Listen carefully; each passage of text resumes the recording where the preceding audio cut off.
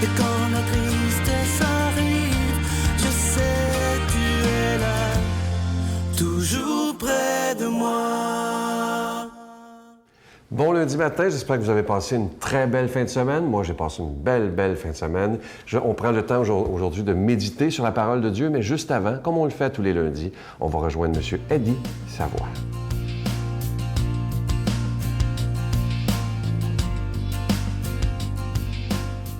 Je suis en compagnie de M. Eddie Savoie.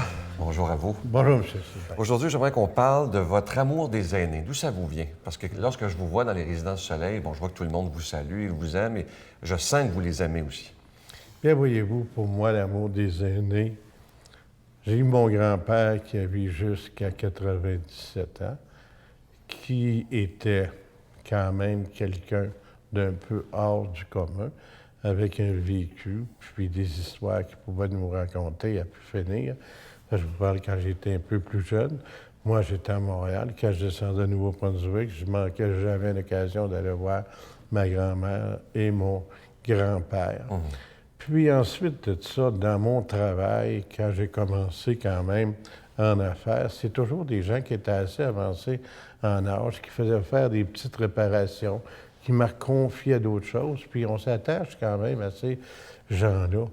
Puis au moment où est-ce que mes parents avancés en âge sont venus me rejoindre, qui ont toujours demeuré avec moi. Puis pour moi, mon père et ma mère, mon père, c'était comme mon frère. Ah oui? Ah oui, moi, je disais une chose. Mon père, il me disait toujours une chose quand j'entreprenais un projet. Ça, c'était compliqué. Ah, s'il y a quelqu'un qui est capable de le faire, c'est bien toi. Ah oui. Fait que ça bon, motive quand même les gens. Il vous disait pas, bien, fais attention, t'es pas capable. Ah non, jamais de sa vie. Lui, ma mère, c'était la même chose. Écoute, je pense quand même, tu mets assez d'efforts, tu vas y arriver. Ah, ça, c'est beau quand Puis- qu'un enfant puisse s'entendre dire ça. Là. Ah, écoute, c'est motivant. Moi, c'est un peu pour ça que j'ai très confiance en mes enfants aussi. Fait que quand je suis arrivé dans les résidences Soleil, je peux vous dire une chose, les premières personnes qui sont arrivées chez nous au manoir, c'était mon père et ma mère. Après ça, c'est des gens comme Mme Labarre et d'autres personnes qui étaient fantastiques, qui avaient un vécu extraordinaire. Ça fait que tu t'attaches quand même, parce que là, pour moi, là, c'était de monter quand même quelque chose qui se rapprocherait de ces gens-là. Puis ces gens-là étaient tellement épris de tout ce qu'on discutait. Ils arrivaient avec des idées extraordinaires. Fait que pour moi, j'ai jamais dit que ces gens-là n'ont pas de valeur. J'ai toujours dit, pour moi, ces gens-là m'ont aidé beaucoup. J'ai même rencontré des gens qui parlaient 5 langues, je veux dire, de 85, 86 ans. Ça fait qu'à partir de ce moment-là, C'est des gens qui ont tellement à offrir. j'ai toujours dit, ces gens-là font partie de la grande famille des résidences Soleil. Puis moi, j'ai jamais eu peur de coller une madame de 90 ans, de lui faire la collade, de lui mettre son épinglette, puis mon épouse, la même chose. Puis souvent, je rencontre des hommes d'affaires qui me disent, tu sais, j'étais là tel soir, hein? Puis quand je t'ai vu quand même coller ma mère, puis j'ai vu ton épouse coller mon père, pour moi, là, ça m'a dit, je peux avoir confiance en ces gens-là, parce que c'est des gens de cœur. C'est pas des gens qui vont se tirer le bras pour te donner la main. Fait que pour nous autres, c'est naturel. Pour moi, ces gens-là, c'est un peu comme si ça ferait partie de la famille. Une grande famille, d'ailleurs. Oui, monsieur. Merci, M. Savoie. Plaisir. Notre Père qui es aux cieux, que ton nom soit sanctifié, que ton règne vienne, que ta volonté soit faite sur la terre comme au ciel. Donne-nous aujourd'hui notre pain de ce jour. Pardonne-nous nos offenses, comme nous pardonnons aussi à ceux qui nous ont offensés. Et ne nous soumets pas à la tentation, mais délivre-nous du mal. Car c'est à toi qu'appartiennent le règne, la puissance et la gloire, pour les siècles des siècles. Amen. Je suis heureux de vous parler de ce beau cadeau du mois. On l'a fait faire exprès pour les gens de la Victoire d'amour. Il s'agit du crucifix de la Trinité. Alors, vous le voyez à l'écran présentement, il est plaqué or et argent. Ça s'installe un peu partout dans la maison. Et je vous rappelle qu'il est déjà béni. Et ce qui est beau, c'est que c'est la Sainte Trinité. Vous voyez sur la croix, Jésus, évidemment, l'Esprit Saint qui est représenté par une colombe, et tout en haut, une image de Dieu le Père. Alors, c'est un très, très beau crucifix qui se donne aussi très, très bien en cadeau. Je vous rappelle que vous le recevez avec un don de 25 $. Et si vous en voulez deux, avec un don de 40 $. Et je vous donne l'adresse, la Victoire de l'amour, casier postal 120, succursale Boucherville à Boucherville, le J4B 5E6, je vous la redonne, la Victoire de l'amour, casier postal 120, succursale Boucherville à Boucherville, le J4B 5E6. Également par téléphone, par carte de crédit, du lundi au jeudi de 8h30 à 16h30 dans le 514-523-4433, 523-4433 ou sans frais, le 1-888-811-9291, 1-888-811-9291 et aussi sur notre site Internet, le www.lavictoiredelamour.org. Alors, je vous rappelle cette belle croix murale, le crucifix de la Sainte Trinité qui est plaqué argent et or, une belle exclusivité de la Victoire de l'amour. Et je vous rappelle, comme je vous le disais il y a quelques secondes, ça se donne vraiment bien en cadeau. Et lorsqu'on décide de mettre une croix dans notre maison, une très belle croix comme celle-ci, c'est comme si on disait au Seigneur, bien, viens protéger ma demeure, viens bénir tous ceux qui entreront dans ma maison afin qu'ils ressentent une paix dès qu'ils entrent chez moi. Je vous remercie de tout cœur de votre prière et merci de votre générosité.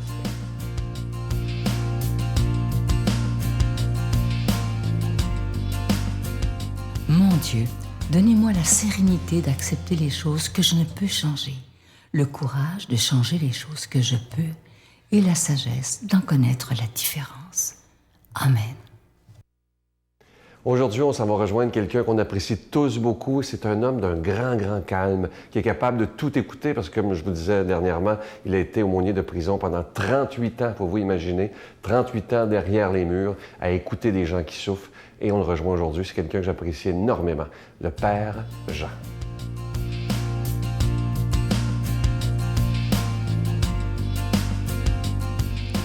Bonne nouvelle de Jésus-Christ en Saint Matthieu. Quelqu'un s'approcha de Jésus et lui dit, « Maître, que dois-je faire pour avoir la vie éternelle? » Jésus lui dit, « Pourquoi m'interroges-tu sur ce qui est bon? Il n'y a qu'un seul être qui soit bon.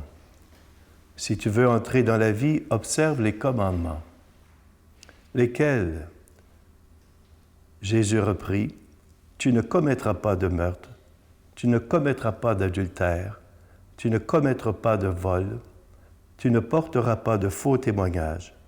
Honore ton père et ta mère, et aussi tu aimeras ton prochain comme toi-même. » Le jeune homme lui dit, « Tout cela, je l'ai observé. Que me manque-t-il encore? » Jésus lui répondit, « Si tu veux être parfait, vends tout ce que tu possèdes, donne-le aux pauvres et suis-moi. » À ces mots, le jeune homme s'en alla tout triste, car il avait de grands biens. Acclamons la parole de Dieu. Alors voilà que Jésus rencontre un jeune homme dont il nous est dit qu'il avait de grands biens. Donc, il avait une certaine fortune. Et il demande à Jésus, « Qu'est-ce que je dois faire pour avoir la vie éternelle? » Jésus lui dit, « Observe les commandements, mais aussi aime ton prochain comme toi-même. » Alors le jeune homme lui dit, « Seigneur, j'ai observé tout ça, ce que tu me demandes. » Jésus lui dit, « Eh bien, si tu veux être parfait, vends tout ce que tu possèdes, donne-le aux pauvres et suis-moi. » Et Jésus nous dit que tout triste, le jeune homme s'en alla parce qu'il avait de grands biens. Avez-vous remarqué que Jésus respecte le choix que fait le jeune homme? Parce que quand Jésus a rencontré ce jeune homme, dans d'autres évangiles, il nous est dit qu'il porta son regard sur lui et qu'il l'aima. J'ai une grande amie, la baronne de Hueck, que j'ai connue en 1969 lorsque je suis arrivé à la prison comme aumônier.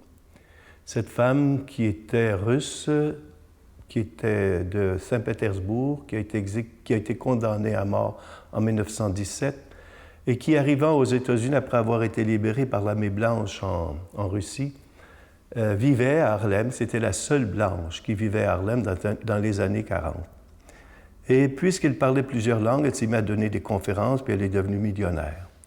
Et voilà que les femmes avec lesquelles elle vivait disaient « Mais Catherine, tu n'es plus la même. » Alors, elle a lu ce passage de l'Évangile, elle a tout vendu ce qu'elle avait, elle a tout donné aux pauvres, et elle est retournée vivre avec les pauvres. Il y a une question qui se pose. Jésus nous demande de le suivre en respectant notre liberté. Est-ce qu'on doit tout quitter? Pour certains, oui, si c'est leur vocation, ils vont entrer dans un monastère comme moine ou monial ou comme ermite. Mais pour la majorité des gens, ce n'est pas le cas. Jésus nous demande de le suivre. Suivre Jésus, c'est d'accepter d'être là où il nous veut, dans l'ordinaire de la vie, dans le quotidien de notre vie. Et ce n'est pas toujours facile, parce que suivre Jésus aussi, c'est prendre la voie qui peut arriver à des moments de la croix, des épreuves, des deuils. Il ne faut pas courir après, parce que justement, elles viennent vers nous. Mais quand on les reçoit, eh bien, non pas essayer de les subir, parce qu'il faut tout faire en sorte pour éviter la souffrance, parce que la souffrance est un mal. Suivre Jésus, c'est aussi aimer comme Jésus. Aimer comme Jésus dans l'accueil, le partage, dans le pardon.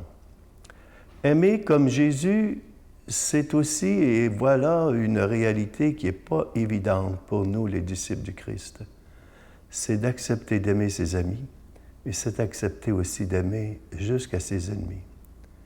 Jésus dit en son temps, puis il nous dit et il nous répète aujourd'hui, vous avez appris qu'il a été dit, œil pour œil, dent pour dent. Eh bien, moi, je vous dis, aimez vos ennemis, faites du bien à ceux qui vous haïssent, bénissez ceux qui vous maudissent, priez pour ceux qui vous persécutent. Vous viendrez me dire, mais comment arriver à vivre cette réalité du christianisme? C'est une demande, c'est une exigence de l'Évangile. C'est sûr qu'on peut y arriver par la grâce de Dieu. Comme on dit dans le mouvement des alcooliques anonymes, tout par la grâce de Dieu. Vous savez, j'ai vu des gars en prison qui sont arrivés à pouvoir même pardonner à ceux qui avaient été les personnes qui les avaient délatés, leur pardonner au point que certains, un en particulier, après avoir été condamné, m'a demandé de prier avec lui pour la personne qu'il avait délatée. Et dans cette perspective, je vais vous bénir. Que Dieu Tout-Puissant vous bénisse, le Père, le Fils et le Saint-Esprit. Je vous salue Marie, pleine de grâce. Le Seigneur est avec vous. Vous êtes bénie entre toutes les femmes, et Jésus, le fruit de vos entrailles, est béni. Sainte Marie, Mère de Dieu, priez pour nous pauvres pécheurs, maintenant et à l'heure de notre mort. Amen.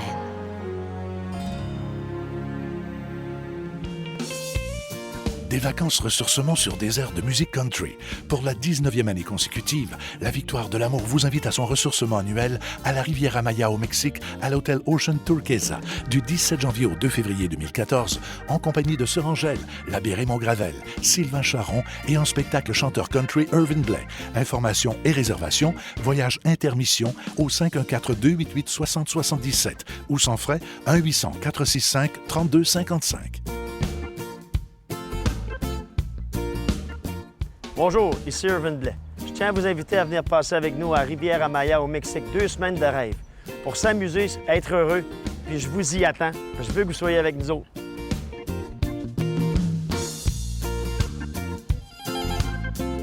Aujourd'hui, j'aimerais qu'on se donne un objectif.